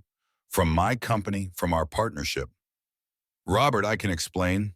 Save it, Robert cut him off. I know about the gambling debts. I know about your arrangement with Victor Zhang. I know you identified Lin Mei and told Zhang where to find her. Richard's facade crumbled, shoulders sagging in defeat. How much do you know? Everything, Robert said, though it was a calculated bluff. The only question remaining is why. 25 years of friendship, and you sold me out for what? Money revenge against a martial arts master who rejected you decades ago. Richard looked up sharply. She told you about that. You underestimated how much Lin Mei and I have shared, Robert replied, sensing a vulnerability he could exploit. I know about your failed attempt to join Wei Chen's school, your humiliation when he rejected you. That old man looked right through me, Richard said bitterly. Said I lack character and discipline. Do you have any idea what that feels like? To have someone dismiss your entire worth in a single sentence? And so you waited 20 years for revenge. That seems excessive even for you, Richard. It wasn't about revenge, not initially, Richard admitted. The gambling started after my divorce. Small bets at first, then larger ones to recover losses. Before I knew it, I owed millions to people who don't send polite collection notices. So you stole from me, Robert stated, the betrayal still raw despite his outward calm. I borrowed, Richard countered weakly. I was going to replace it after the Zhang deal closed. The partnership would have generated enough profit to cover everything. And Lin Mei was just collateral damage, a bonus for Zhang to ensure the deal went through. Richard had the decency to look ashamed. I didn't know what he planned to do with her. He just said he had unfinished business with Wei Chen's granddaughter. He had her beaten and left in Chinatown. Robert said, his voice dangerously quiet. He's holding her grandfather hostage and threatening anyone who helps her. Robert, I didn't know it would go this far. What did you think would happen when you connected a vindictive billionaire with a woman who testified against him in a federal investigation? Robert shook his head in disgust. The partnership is over, Richard. So is our friendship. You're making a mistake, Richard warned, desperation creeping into his voice. Without my connections, the Asian expansion will proceed without you, or it won't, Robert finished. Either way, you'll have no part in it. You have 24 hours to resign officially, citing health concerns, or whatever excuse preserves your dignity. After that, I go to the authorities with evidence of your embezzlement. You would send me to prison after everything we've built together. I built this company, Robert corrected. You were along for the ride, skimming profits and undermining me at every turn. The only reason I'm giving you 24 hours is to honor the memory of a friendship that clearly meant more to me than to you. Robert turned to leave, but Richard called after him. This won't end here. Zhang won't stop because you fired me. If anything, you've made the situation worse. Then I'll deal with Zhang directly. With what good intentions? Richard laughed bitterly. Zhang has been acquiring and discarding people like collectible art for 20 years. He has politicians, judges, and police commissioners in 3 countries on his payroll. You think your money and your American lawyers scare him? Robert paused at the door, his hand resting on the frame of the Cardinal, the restaurant that had brought Lin Mei into his life. In these elegant rooms where wealth and privilege reigned, he discovered something money couldn't buy: a connection that had awakened him from years of emotional slumber. We'll find out. As Robert walked away, the weight of Richard's betrayal settled on his shoulders like a physical burden. For 25 years, he had trusted Richard implicitly, sharing business strategies, personal confidences, even introducing him to Catherine and Elise's family. The depth of the deception was staggering. Outside, Robert checked his phone to find a message from Judge Ramirez confirming her flight to San Francisco. His security team reported that Lin Mei remained safe at the hospital under guard. The deadline to deliver what she stole to Zhang was rapidly approaching, just 3 hours away. Robert made a decision. Rather than wait for Zhang to dictate terms, he would force a confrontation on his own territory. He called the number that had sent the threatening text. "This is Robert Westfield," he said when someone answered. "Tell Mr. Zhang I wish to meet with him immediately to discuss Lin Mei and the flash drive." A long pause followed. "One moment, Mr. Westfield." Minutes later, a cultured voice came on the line. "Mr. Westfield, Victor Zhang, I'm pleased you have decided to be reasonable." "I'm a businessman, Mr. Zhang. I understand negotiation." "Then you understand non-negotiable demands," Zhang replied smoothly. "The flash drive for the girl's life, and perhaps yours as well. Midnight, as my message indicated." "New terms," Robert countered. "We meet at the Cardinal in 1 hour. Just you and me discussing this like the businessmen we are." "Why would I agree to this change?" "Because the Cardinal has no active security cameras between 11 p.m. and 6 a.m. Because the restaurant is empty and secluded at this hour. Because if anything happens to me, a detailed dossier on your operations will be released to every major news outlet and law enforcement agency in the country." Another pause. "You're bluffing, Mr. Westfield." "Perhaps," Robert admitted. "But can you afford to find out? 1 hour, Mr. Zhang. Come alone, as will I." The Cardinal was eerily silent when Robert arrived at its elegant dining room shrouded in shadows. He had dismissed the night security staff, citing a private meeting, and now sat alone at a corner table waiting. A single light illuminated his position, leaving the rest of the restaurant in darkness. Precisely on time, Victor Zhang entered through the front door, moving with the casual confidence of someone accustomed to controlling every room he occupied. In person, Zhang radiated a cold charisma, his bespoke suit and immaculate appearance, at odds with the predatory calculation in his eyes. "Mr. Westfield," Zhang said, approaching the table without haste. "This is an unusual venue for a negotiation. Please sit," Robert gestured to the chair across from him. "Would you like a drink?" "No," Zhang replied, remaining standing. "I prefer to conclude our business efficiently." "Where is the flash drive?"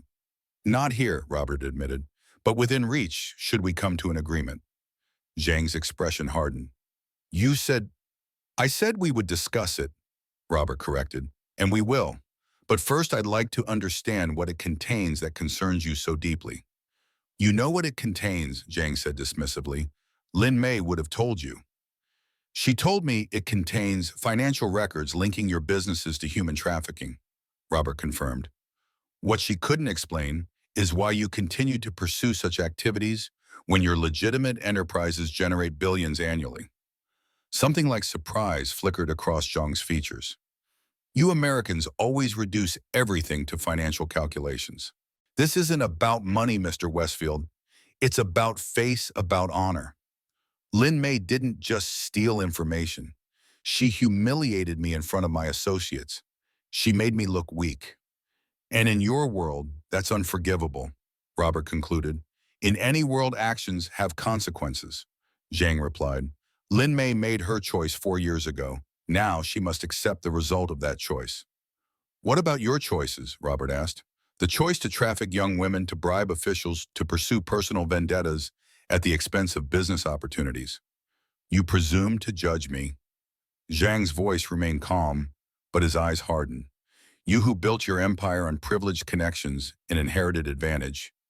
"I built my empire from nothing," Robert corrected, "starting as a night manager in a cheap hotel working 80-hour weeks for 20 years. I understand ambition, Mr. Zhang. What I don't understand is cruelty for its own sake." Zhang studied Robert for a long moment. "You care for her," he observed. "This waitress you've known for, what, a few months? Remarkable how quickly a man of your stature can be manipulated by a pretty face and a sad story. Is that what you think this is, manipulation? What else could it be? Lin Mei is a professional victim, Mr. Westfield. She has been trained since childhood by her grandfather to exploit weakness in others. Wei Chen may present himself as a humble martial arts master, but he has been my enemy for decades, using his school and his family to undermine my position in the community." Robert heard the deeper currents beneath Zhang's words, the personal animus that transcended business rivalry. This isn't just about Lin Mei or the flash drive. This is about Wei Chen himself. Zhang's expression confirmed Robert's insight. "The old man has opposed me at every turn, poisoning community leaders against me interfering in my affairs. Lin Mei is merely an extension of his interference. And yet you keep her grandfather alive as leverage," Robert noted. "If your quarrel is truly with Master Chen, why not deal with him directly?" "Wei Chen is more valuable as a bargaining chip than as a corpse," Zhang replied coldly. "His suffering ensures Lin Mei's cooperation." "What if I offered you an alternative?" Robert leaned forward. "A way to resolve this situation permanently while preserving your public image and your business interest." Zhang remained standing, but his expression registered curiosity. "I'm listening." $15 million, Robert said simply. "Cash untraceable in exchange for Lin Mei's freedom and her grandfather's release. You sign a non-disclosure agreement preventing you from ever discussing her testimony or the evidence she obtained. She signs a similar agreement regarding your operations. A clean break legally binding in any jurisdiction." "Money," Zhang looked almost disappointed. "You think this can be resolved with money?" "Not just money," Robert clarified. "Face. Public acknowledgement that you were the wrong party in this situation. A press release from Westfield Hospitality Group announcing the termination of Richard Webb for financial improprieties, with a statement of regret for any association with questionable elements that may have damaged your reputation." Zhang's eyes narrowed slightly. "Go on." "Additionally, Westfield will proceed with a modified version of our Asian expansion, with your consortium receiving preferential terms on property acquisitions in the region. The business relationship continues cleansed of any controversy. And the flash drive, destroyed in your presence, Robert promised. With your technical experts verifying no copies remain. Zhang finally sat considering the offer. Why would I accept this compromise when I could simply eliminate the problem permanently? Because eliminating the problem creates greater risk, Robert explained. Lin Mei isn't the only one with evidence against you. Judge Ramirez has been building a case for years, gathering testimony from other victims, tracking your financial transactions through shell companies. The flash drive is merely one piece of a larger puzzle. Bluffing again, Mr. Westfield. Testing your business acumen, Robert countered. You've built an impressive empire, Mr. Zhang. Would you risk it all for personal revenge against a young woman who was simply trying to survive, against an old man whose only crime was protecting his granddaughter? Zhang was silent for a long moment, his mind clearly calculating probabilities and outcomes. 20 million, he said finally, and Wei Chen leaves the country permanently, returns to China and stays there. 18 million, Robert countered. Master Chen can choose his destination, and all surveillance of Lin Mei ceases immediately and permanently. You negotiate like someone with experience in these matters. Zhang observed a hint of respect in his voice. I negotiate like someone who understands what truly matters to my opponent, Robert replied. This was never about the flash drive or even Lin Mei's testimony. This was about pride, about being defied by Wei Chen and his family. I'm offering you a victory you can claim publicly while preserving what's most valuable to you. Zhang extended his hand. We have an agreement, Mr. Westfield. The details to be formalized by our respective legal teams, of course. Robert shook the offered hand, feeling neither triumph nor relief, but a cold certainty that he was making a deal with a predator who would honor the letter of their agreement while seeking advantage in its execution. One final condition, Robert added. Lin Mei and her grandfather remain under my personal protection going forward. Any action against them, direct or indirect, nullifies our agreement and triggers the release of all evidence against you. Zhang's smile never reached his eyes. You are either very brave or very foolish, Mr. Westfield. Time will tell which. After Zhang departed, Robert remained at the table processing the negotiation. He had committed $18 million of his personal fortune to protect a woman he had known for mere months, yet the decision felt unquestionably right. What troubled him was not the law, but the knowledge that Zhang was unlikely to simply walk away regardless of their agreement. His phone rang, Judge Ramirez calling from San Francisco. I've secured Master Chen's release, she reported. Immigration officials discovered procedural errors in his case after I made some calls to former colleagues. He's with me now. Is he all right? Physically, yes. They didn't harm him, just held him in administrative detention. He's more concerned about Lin Mei than himself. Tell him she's safe, Robert assured her. I've reached an agreement with Zhang, 18 million for their freedom and safety. Eleanor was silent for a moment. You negotiated directly with Zhang. That was incredibly risky. It was necessary, Robert replied. Zhang needed to see that I wasn't acting from fear or desperation. Tell Master Chen we'll arrange for him to see Lin Mei as soon as possible. He wants to come to New York immediately, Eleanor said. He's quite insistent. Book 2 first-class tickets on the next available flight, Robert instructed. I'll arrange for a car to meet you at JFK. After ending the call, Robert contacted his security team at the hospital, confirming that Lin Mei remained safe. Then he called his attorneys, instructing them to begin drafting the agreements needed to formalize his arrangement with Zhang. Finally, he contacted his personal financial advisor to arrange the transfer of $18 million to escrow accounts pending completion of the deal. As he was about to leave the Cardinal, a figure emerged from the shadows near the bar. Richard Webb stood there, a gun held unsteadily in his right hand. You shouldn't have come alone, Robert, Richard said, his voice strained. Zhang's men are watching this place. Robert remained seated, outwardly calm, despite the surge of adrenaline. Are they your men now too, Richard? This isn't personal, Richard insisted, though the tremor in his hand suggested otherwise. Zhang knows you're bluffing about the evidence. He wants insurance that you'll follow through. And what's your role in this kidnapper-assassin? Neither seems like your style. I'm just delivering a message. Richard's eyes darted nervously toward the windows. Zhang's agreeing to your terms, but with modifications. He wants Lin Mei to personally deliver the flash drive and verify its destruction. No proxies. Robert assessed the situation, noting Richard's nervous demeanor, the way he kept glancing at his watch. You're not here on Zhang's behalf, he realized. This is your own play. You're trying to salvage something from this disaster. Richard's expression confirmed it. I've lost everything, Robert. My career, my reputation, my freedom. Once those embezzlement records become public, I need leverage to negotiate my own deal with Zhang. And I'm that leverage. You or the girl, Zhang would pay handsomely for either. Robert slowly stood, his hands visible. Put the gun down, Richard. This isn't who you are. You don't know who I am anymore, Richard replied bitterly. 25 years and you never saw me. Really saw me. Always the golden boy, everything coming so easily to you. Do you know what it's like living in your shadow? Being the sidekick to the great Robert Westfield? This is about envy. All of this betrayal because you couldn't handle not being in the spotlight. It's about recognition, Richard's voice rose, the gun wavering dangerously. About getting what I deserve after decades of watching you take credit for my ideas, my connections, my sacrifices. As Richard's emotional state deteriorated, Robert saw his opportunity.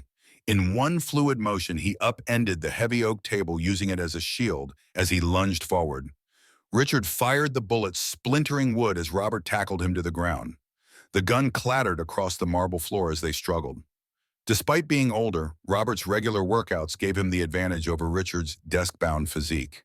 He pinned his former friend, restraining him until security arrived, alerted by the gunshot.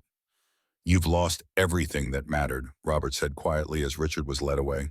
Not because I took it from you, but because you couldn't see what you already had. Dawn was breaking over Manhattan when Robert finally returned to the hospital. Lin Mei was awake, her bruised face turning toward him as he entered her room. You look terrible, she observed, her voice stronger than the previous night. You're one to talk, he replied with a tired smile, taking the chair beside her bed. Did you meet with Zhang? Yes, we've reached an agreement. Lin Mei's eyes widened in surprise. What kind of agreement? $18 million for your freedom and your grandfather's. Zhang drops his vendetta, we destroy the flash drive, everyone moves forward. $18 million, Lin Mei repeated in disbelief. Robert, that's an insane amount of money. It's just money, he said simply. I have more. Zhang won't honor any agreement, no matter the price, she warned. His pride won't allow it. That's why the agreement includes legal protections and consequences for violation, Robert explained. Plus, your grandfather is being released as we speak. Judge Ramirez is bringing him to New York on the next flight.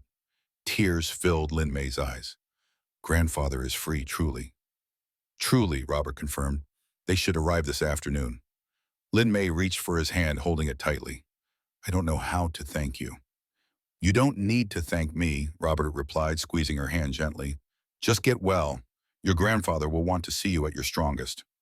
Why did you do all this, risk so much for someone you barely know? Robert considered the question carefully.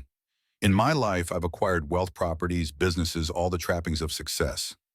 But in recent years, particularly since Catherine died, I've found myself questioning what any of it means. What's the purpose of resources if not to protect what matters? And I matter, Lin Mei asked softly.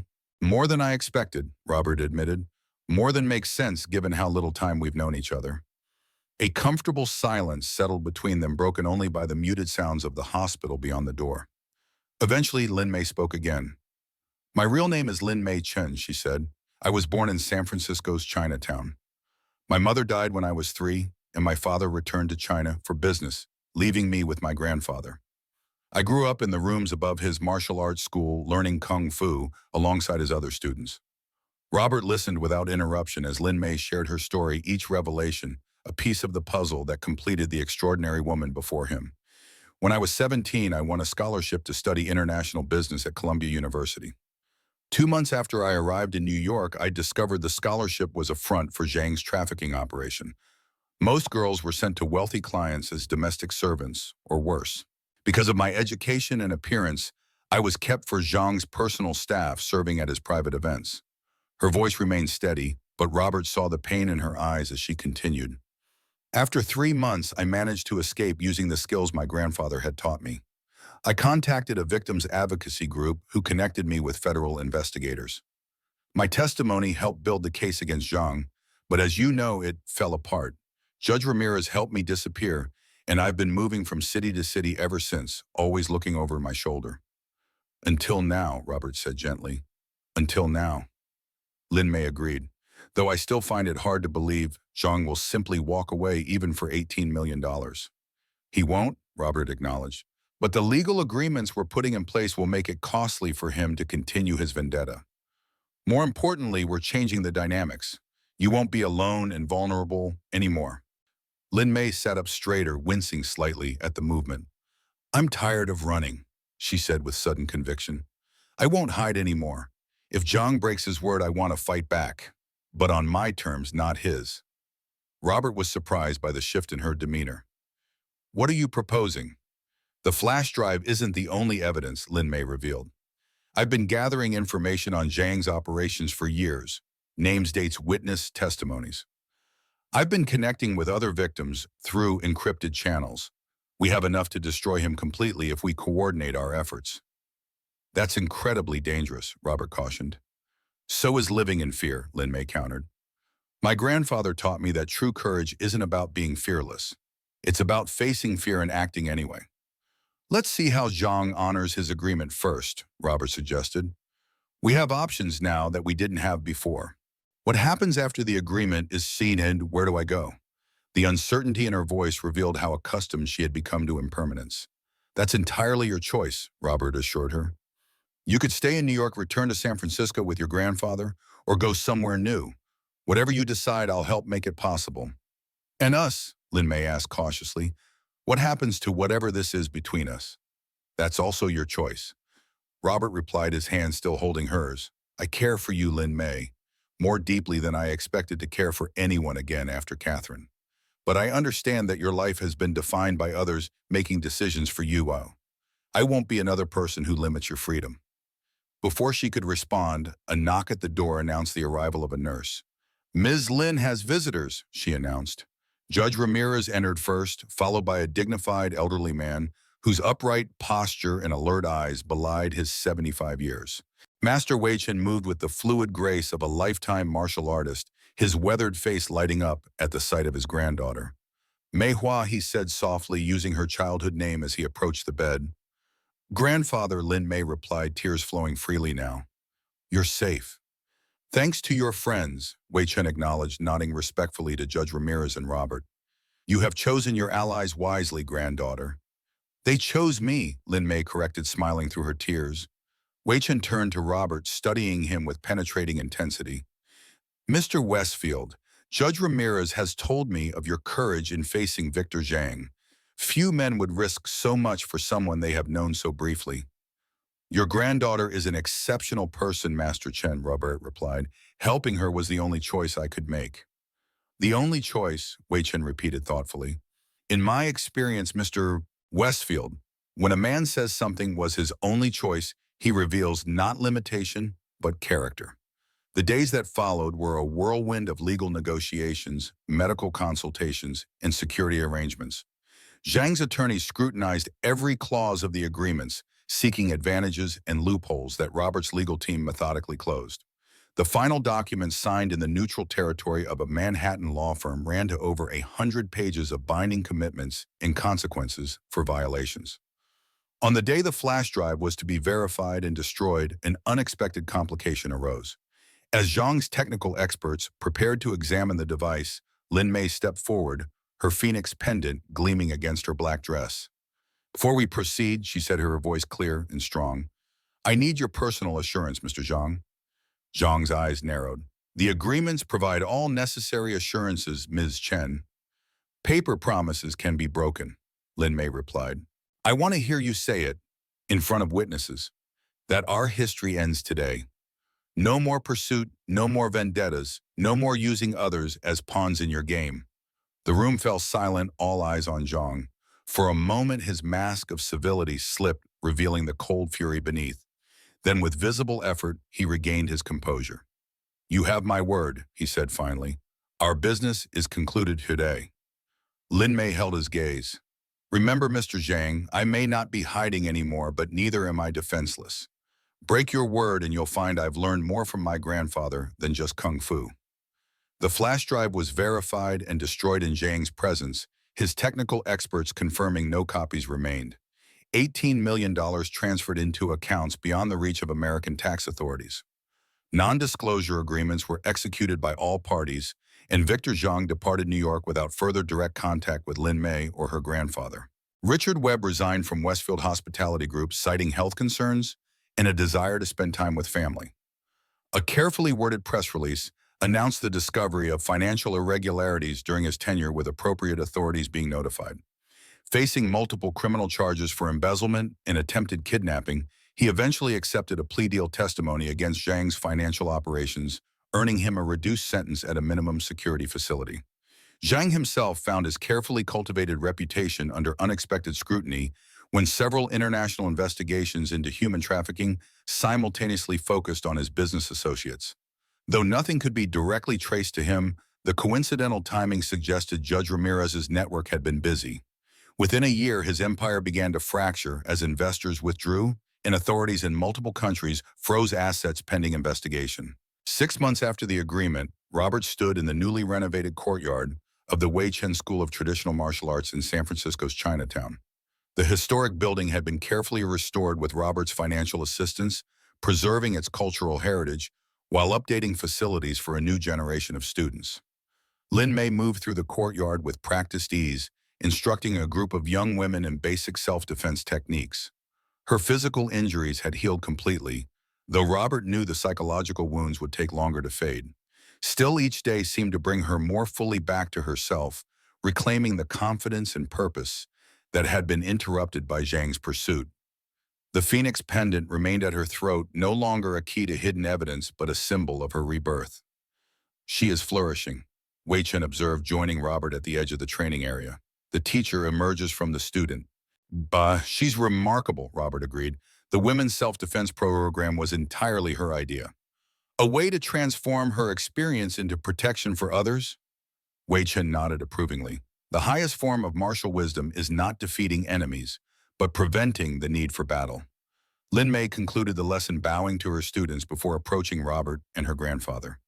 The afternoon sunlight caught the highlights in her hair, now worn loose around her shoulders rather than in the severe ponytail of her waitress days. "What did you think?" she asked, slightly breathless from exertion. "Impressive," Robert replied, "though I notice you're taking it easy on them." "First-month students," Lin Mei explained with a smile. "We don't break them until the second month." "Wise policy," Wei Chen agreed solemnly, though his eyes twinkled with amusement. "Mr. Westfield, will you join us for dinner this evening? I have prepared my special clay pot chicken."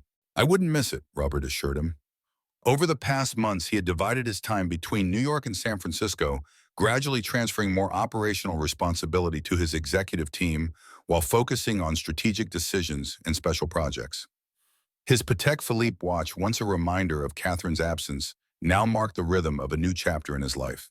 His relationship with Lin Mei had evolved at its own pace, neither rushed by artificial timelines nor constrained by conventional expectations. They moved forward with mutual respect and growing affection, each step a choice rather than an obligation. The Cardinal, once just another acquisition in his hospitality empire, had become a symbol of their unexpected connection, now being renovated to include a discreet martial arts training facility in its basement for women seeking self-defense skills. As they walked through Chinatown's busy streets toward Wei Chen's apartment above the school, Robert reflected on the extraordinary journey that had brought them together. From a chance encounter during a restaurant robbery to negotiating with a dangerous criminal for her freedom, their story defied conventional logic. Yet here they were building something meaningful from the wreckage of threat and violence. The Wei Chen School now included a foundation that helped victims of trafficking rebuild their lives. Lin Mei was pursuing a degree in international relations, combining her language skills and personal experience to advocate for vulnerable populations. Their work had already helped authorities identify and dismantle 2 trafficking networks operating on the East Coast. And Robert had found something he hadn't realized: he was seeking purpose, beyond profit connection, beyond convenience, meaning beyond material success. At 52, when many of his contemporaries were planning retirement or second marriages to much younger women, he had discovered that life could still surprise him with its possibilities. That evening, as they gathered around Wei Chen's modest dining table, the elderly master raised his teacup in a traditional toast. To new beginnings that honor old wisdom, he said, his gaze encompassing both Lin Mei and Robert. To battles fought not with fist but with courage. To family found rather than given. To family, Robert echoed, meeting Lin Mei's eyes across the table. Her smile, open and unguarded, was all the confirmation he needed that some journeys, however improbable their beginning, led exactly where one was meant to go. Outside, the lights of San Francisco glittered against the darkening sky, a city of reinvention and second chances. Tomorrow would bring its own challenges and opportunities, but tonight was for appreciation of the present moment, for gratitude that sometimes justice and healing were possible in a world that often seemed to favor neither. The final justice, Robert reflected, was not in courtrooms or legal agreements, not in financial settlements, or even in Zhang's eventual legal troubles that arose from other sources. The final justice was here in this room, in the quiet dignity of lives reclaimed from fear, in the simple human right to determine one's own path forward. As the evening progressed with conversation and laughter, Robert Westfield, who had spent decades building an empire of hotels and restaurants, recognized that he had finally found something far more valuable, a place where he truly belonged.